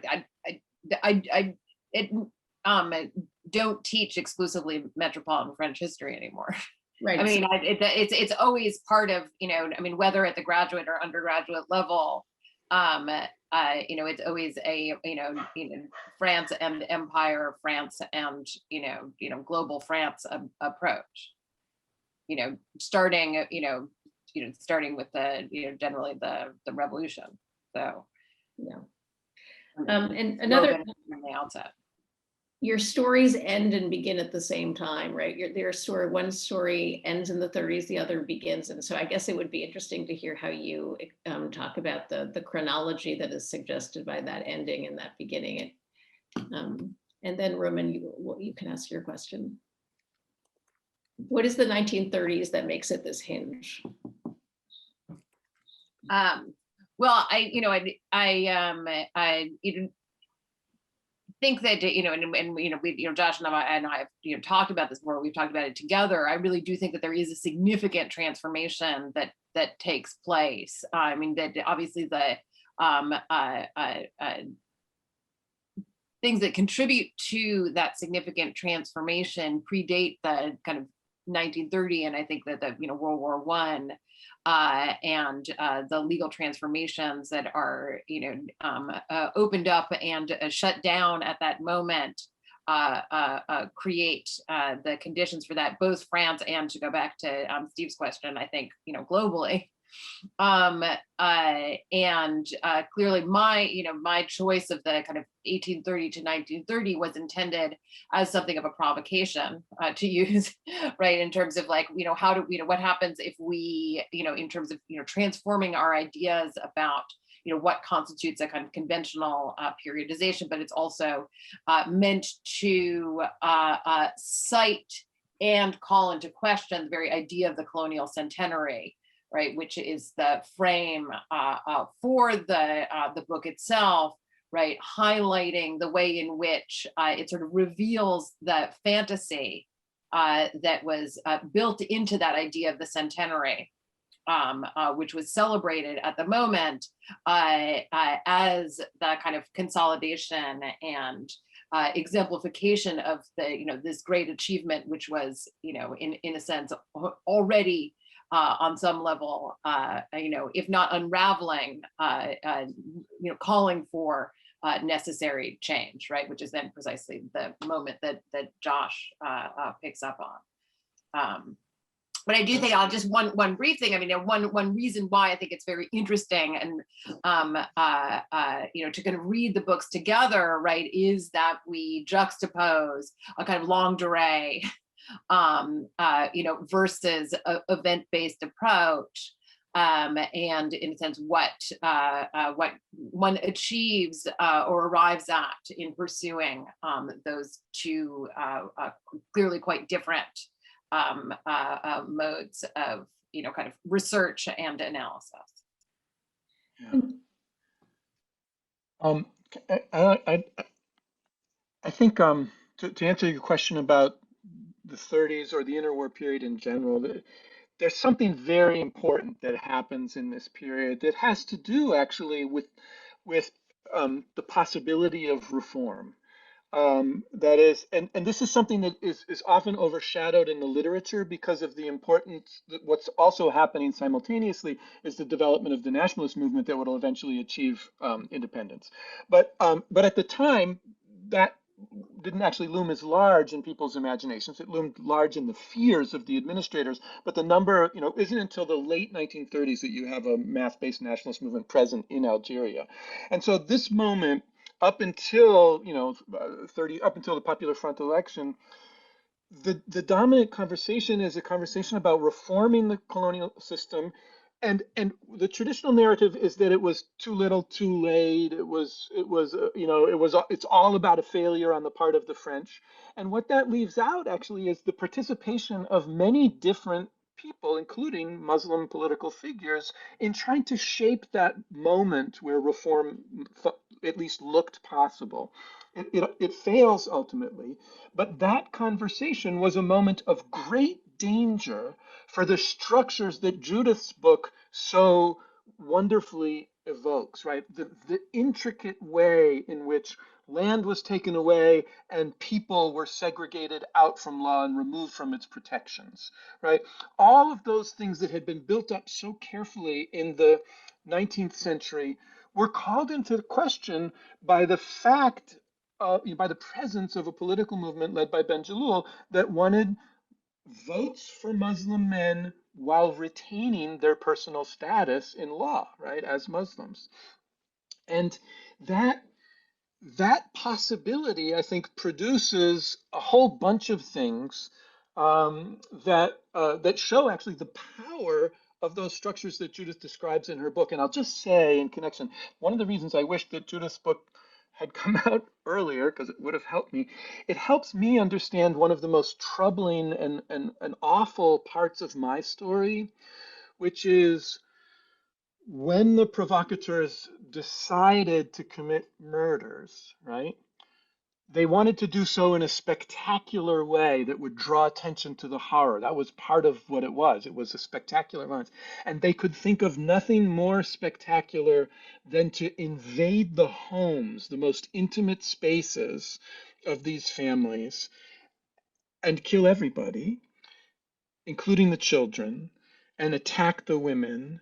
And that element is in some ways, when I read Judith's book, the power of that act, of those home invasions, the decisions by these men to do this, was precisely to sort of recognizing the power of the ways in which families had been segregated in law, and to enact the vulnerability of these Jewish families in committing these murders in that way. So the story that Judith tells about the segregation of family spaces from law finds an echo in these acts of provocation, I think, and that's something that I, the horror of that moment is something that was very hard for me to put into words as I wrote the book, and I'm fairly restrained in my descriptions. But Judith's book actually helped me realize the power of that choice on the part of these provocateurs, right? And that's what the act of provocation does, is it takes a separation, a fracture, a difference that's already out there in the society, and then it magnifies it, it shows, it claims a kind of overwhelming importance for it in order to accomplish a political end. And that's what they were doing at that moment, right? Yeah, I'll stop there. Roman, would you like to ask your Oh, question? wait, can I just say two quick follow-ups? It's part of the idea of the dialogue here. So this is one point at which I think there is like really to go back to the I think to say about both aspects of Josh's comment. One, a significant connection across the kind of seeming sort of chronological hinge of 1930, where we really converge, right? Because my last two chapters highlight the significance of the young Algerian figures, not as in a sense kind of always already surpassed by a narrative of an nationalist emergence, but in fact, framing their power and persuasion of the critiques that they were able to make of the structures of French law. Right, so I'm actually quite interested in ways that Josh is to some extent claiming Benjelloul as, in a sense, a French politician. I am interested in claiming young Algerian legal critics as French or Franco-Algerian intellectuals and legal thinkers. On the second point, I think that it's notable that at least the arguments for the thing that provokes the crisis, that the riots in the first place, was the accusations about public indecency surrounding nudity, masculinity. I mean, so there's a way in which there's a kind of invasion of the home, but also there's all sorts of threads throughout Josh's book about the ways in which masculinity and kind of appropriate and inappropriate masculinity and kind of plays of domination are also a crucial part of the story, and another kind of thread across them. Roman, did you want to ask your question? Yes, thank you so much. First of all, I apologize. I was with my camera off most of the time. I'm just with my son here at the background. I just passed the torch to my wife. I apologize. I listened passionately. That's hence my late question, both to the presentation and the questions. I have a comment for Josh and then a question for Judy. So Josh, I understand to your answer, your reply to Steve, that your reservations in comparing Palestine especially and Algeria. So as an Israeli, everything I read, I'm not a historian, I'm a lawyer, but a jurist, but everything I read and hear about Algeria strikes so close to home, because not only the massacres and the relationships between Jews and Muslims in mandatory Palestine, and the regimes were very different in the French regime, colonial regime, and the mandatory British regime are very different. But not only the relationships between Jews and Muslims through the European control, where they are sometimes turned against each other and how they're controlled between the communities, but also then later the Israeli occupation and their treatment, when the battle in Algeria, the movies being banned in Israel in the aftermath of the 6th, why I'm saying this, just because as an Israeli, when we know nothing about, when we study law for sure, nothing about the French colonial regime, I think it's so important, even if there are no archival evidence, there is no archival evidence, the zeitgeist, at least I think, is striking in the similarities. And the question to Judith, I'm to pick on this loi de separatisme that is now everywhere in the news. There are two narratives in the past 30 years in France that are, going in parallel. One is the control of women's especially bodies, but it goes not only through to women. It goes, you see it in education, so the veil, we are being told, has nothing to do with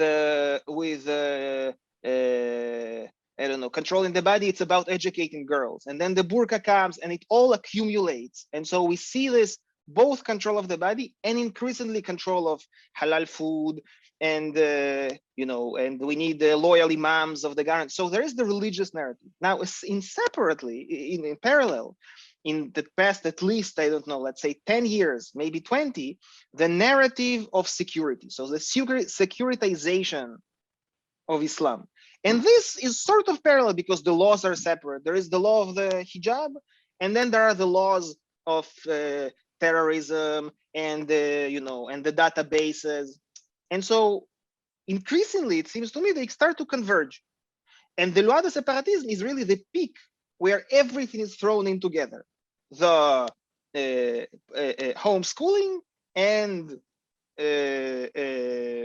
polygamy, and we need more surveillance. And so this is really, seems to be like the veil falls and you see everything together. Now so it strikes me as fascinating, the story in Algeria, because there also was terrorism and there was also a battle and the security was also present. So my question is, to what extent you see what was the nature of the connection then, if at all, between control of the body and the security narrative, because there are so many interesting parallels here, because there is the control of the body of the woman I see, and then the control our security, of the white French, that we need to, protect our bodies from them.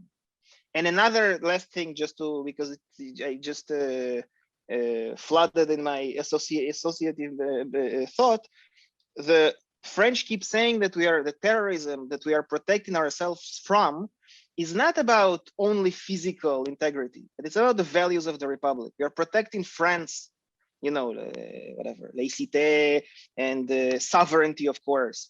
And so there, it also seems to me what you're mentioning, it wasn't only about the body. We're saying it's not fair, but now we are not saying this is not possible anymore. So I wonder, just bottom line, what was the nature of the connection, if at all? And I'm in the process of buying both of your books to read them, since I haven't had the chance. What was the connection back then between violence, the physical violent threat, and the control of women's body and children? Thank you so much. Thank you. Josh, do you want to say some things first, or? Why don't you go first? You just pick up on the latter part of this question. So thank you. I couldn't agree more. I mean, there is a way in which, the way that the current law is just an agglomeration, concentration and revelation of various strands and strains that have been developing over time. And as I suggest, draw on, and here I think there's a interesting question about continuity and discontinuity that clearly the pairing of our two books poses.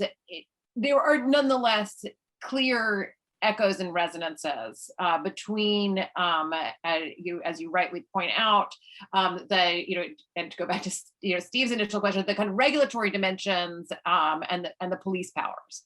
To give a specific example from the Algerian case, one of the things that I tried to trace is how, in a sense, the designation of who would be subject to the exceptional penal code of the indigènes depended on some level on the classifications of civil law status, right? So it was indigènes who were subject to the exceptional penal code. Who was an indigène?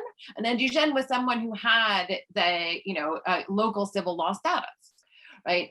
So that you see the way in which these ideas about the nature of the civil law help to designate and give embodiment to those figures who need to be policed.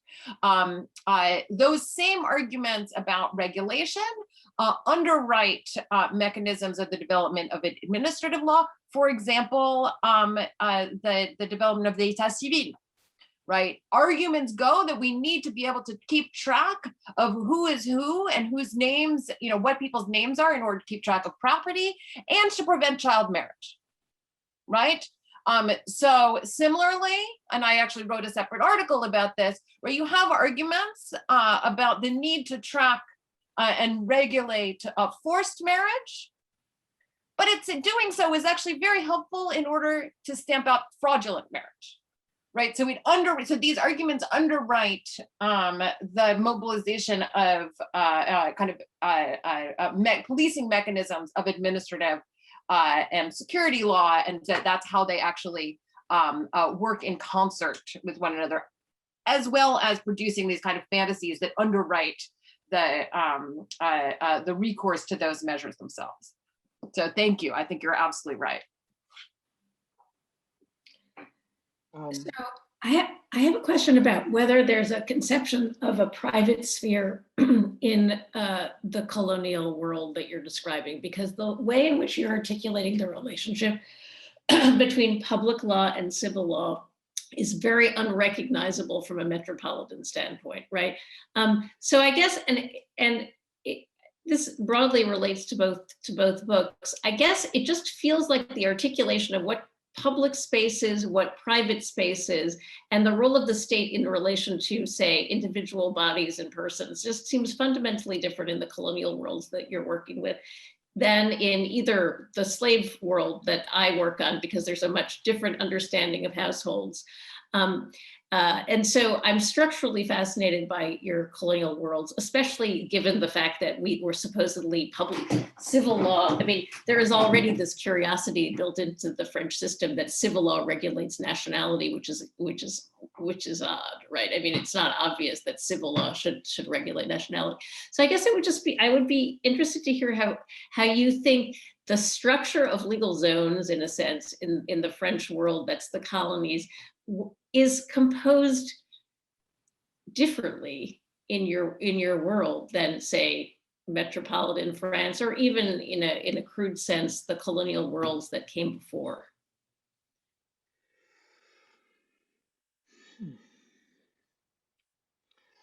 I don't know if I can answer that question in general, but I can say an interesting way in which it came up in my book.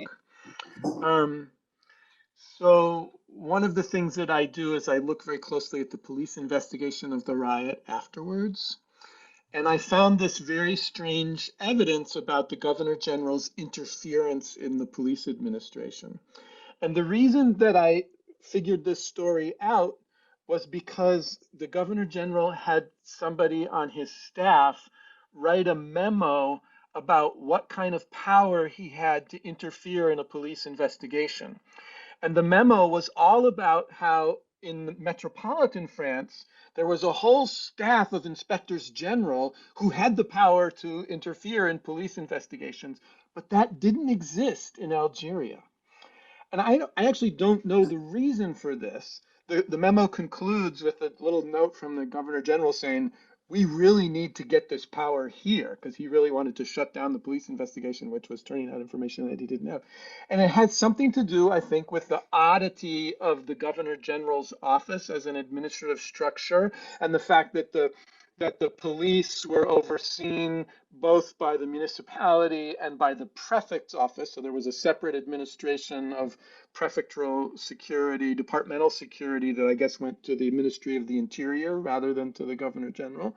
But it's very clear that the administrative structure in Algeria was weird in that sense, had all sorts of strange spaces. And jurisdictional overlaps and jurisdictional absences, kind of voids. Yeah, you would need to do more work on that sort of thing, but that was very, interesting to uncover. Well, I guess, this might be an interesting a moment to reintroduce the kind of question and category of race, right? Because in a sense, how it becomes then helpful to think about what do you mean by metropolitan, when, where, and for whom, right? Because I think that especially by the 20th century, and with the kind of greater migratory movement, the question of how it becomes possible to maintain that distinction is, I think, significantly eroded, which then poses the question of why actually studying the kind of longue durée colonial history is significant and helpful for thinking about, amongst other things, the law on separatism. Yeah, no, it's just really fascinating to encounter a world in which there is not even a presumption that there's a private sphere, right? I mean, it's true that there's a fascination with private spaces, but that's actually marking the non-existence of a private sphere. Oh, absolutely. That's what the production of that idea of the private sphere is what kind of incites the desire for its penetration and regulation. I mean, and this, kind of the prehistory of my own project was actually to do, in a sense, to look at precisely this question, right? By thinking about the regulation of indecency and public indecency in France and in Algeria, and it was just too unwieldy as a project to perform, but it actually was interested in exactly that question. Yeah, and your suggestion that actually our fantasy of that there are these distinct spaces within a European context is radically called into question by the degree of mobility in the interwar period is actually pretty brilliant. I think it's a sort of provocation to a French juridical mindset that there are these, very stable structures that define what is the domain of civil law, what is the domain of administrative law, what is the domain. We're clearly actually what seems to be emerging is that everything is administrative law. I mean, this has been a kind of theme through the entire. That's why when they define administrative law from de la Mare up through the 1930s, that's exactly what they say. That's it. Yeah.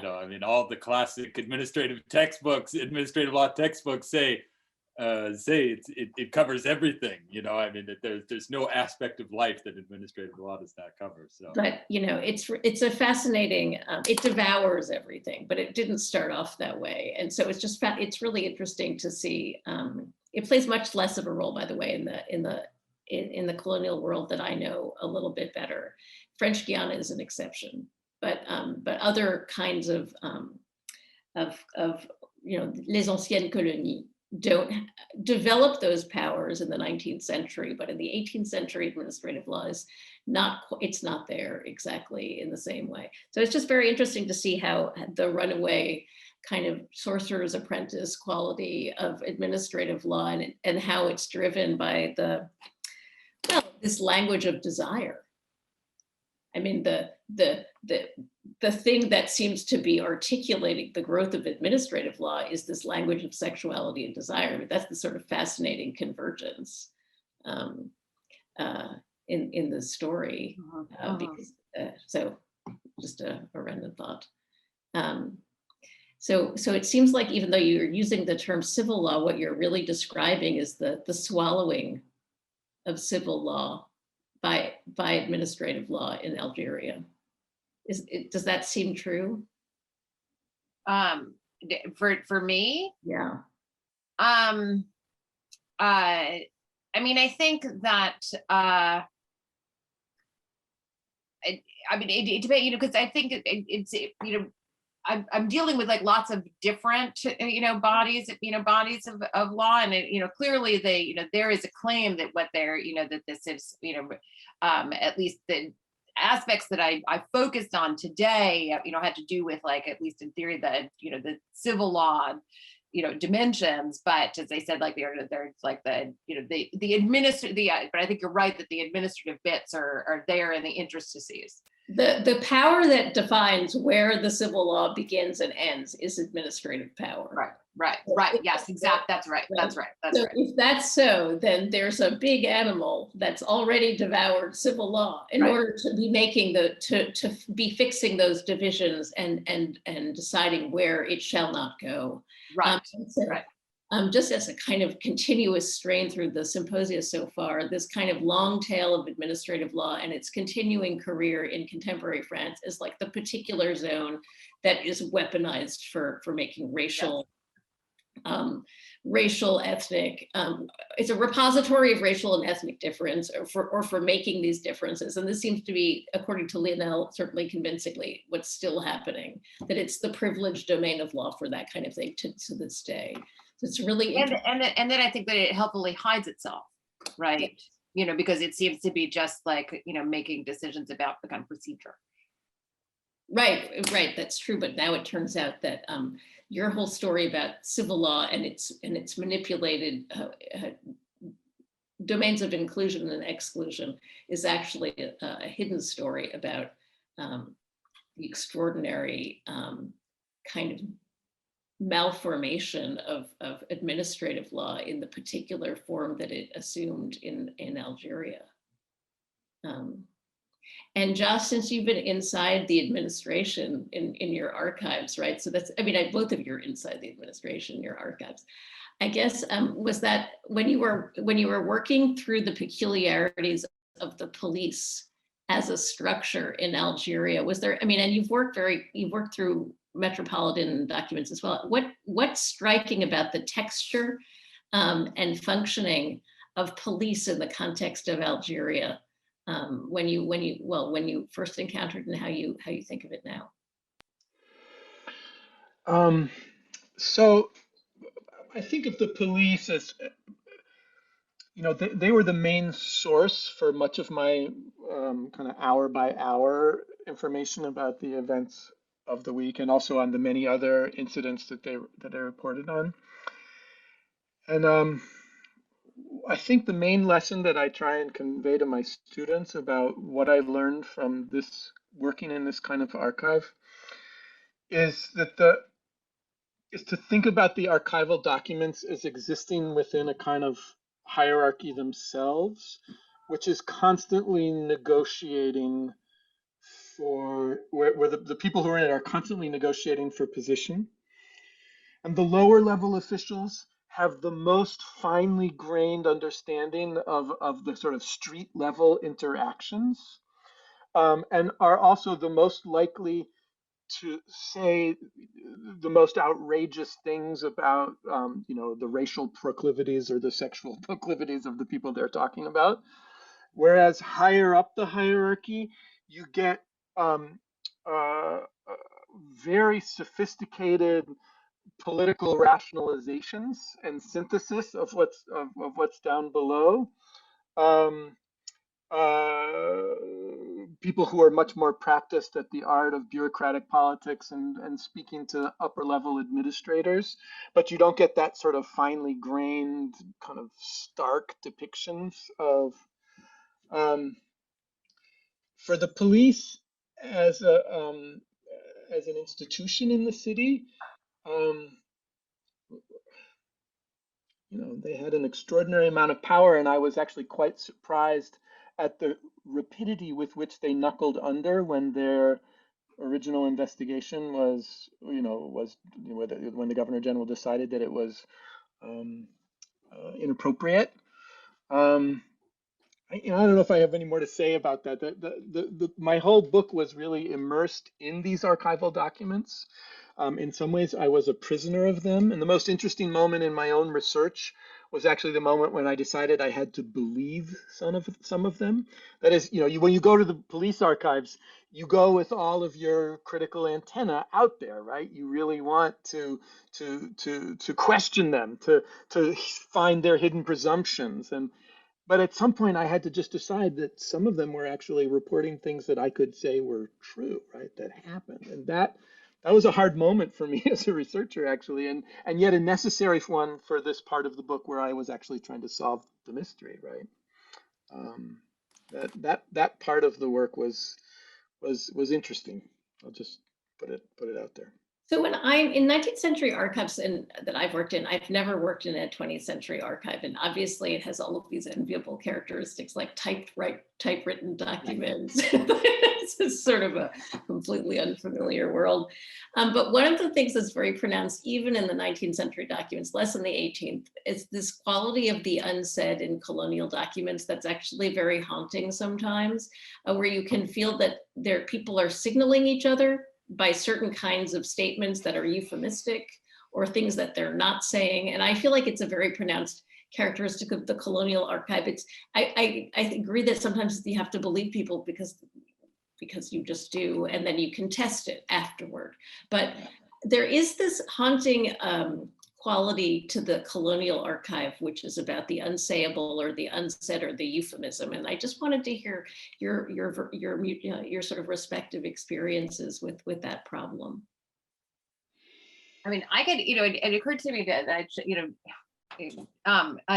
we were talking before about kind of who had private spaces. I mean, the whole kind of, I have this central chapter on the sodomy scandal, in which, I mean, of course, the army captain who's accused of sodomy, like basically, and gets the local police basically raid his room.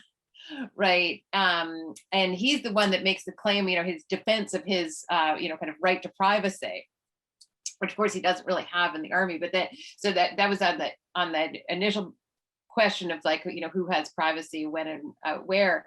But the other central argument of that chapter, right, is about, in a sense, the kind of silencing of the scandal as a way to protect the honor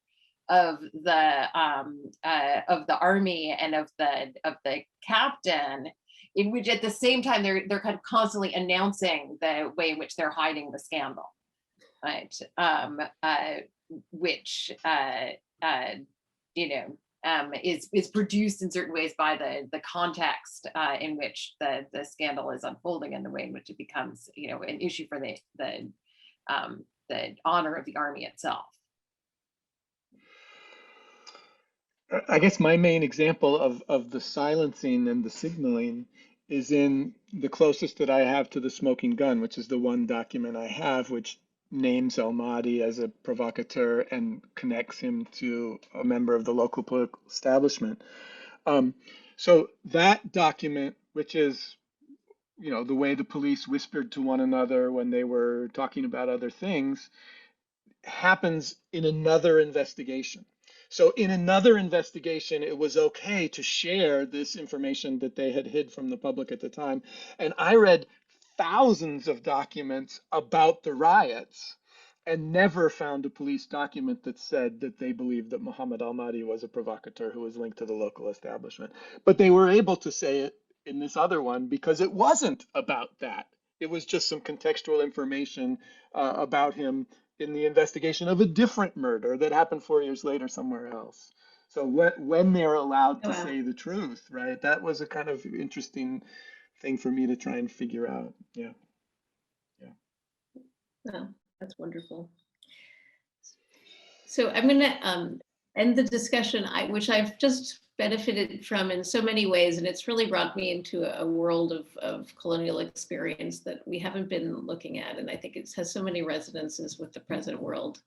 So I really want to thank you both. Yes. Can I say one thing, just a quick response to Roman, because I didn't get a chance to respond to your question about the analogy between what's happening in the mandates or in Palestine or even after 1948. I did write an article in response to Derek Pensler's essay about Zionism and colonialism, where I talk about the power of the Algerian example. And it occurred in a book called Colonialism and the Jews, edited by Ethan Katz and Lisa Leff and Maud Mandel. And you can read that article. I won't go into the argument, but I did. I'm going to look it up. Yeah. Thank you so much. Pensler wrote a response to it too. Yeah. Okay, well, thank you, participants, and thank you, those of you who are here. I really just love this discussion, and I thank you so much for sharing your books with us and your ideas with us. So well, I wish we worked together, and I look forward to seeing you. Absolutely. Whenever that happens, and congratulations on really remarkable. Having watched them grow, it's wonderful to see these beautiful books that have come out of those processes. So thank you so much.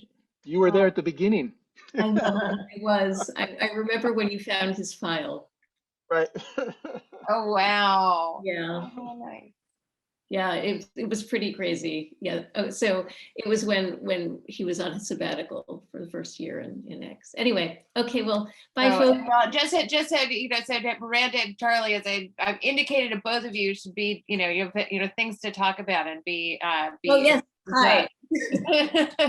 We're not going to make a breakout room because it's been going on for a while. But Charlie, hello, and I'll contact. Hi, Miranda. No.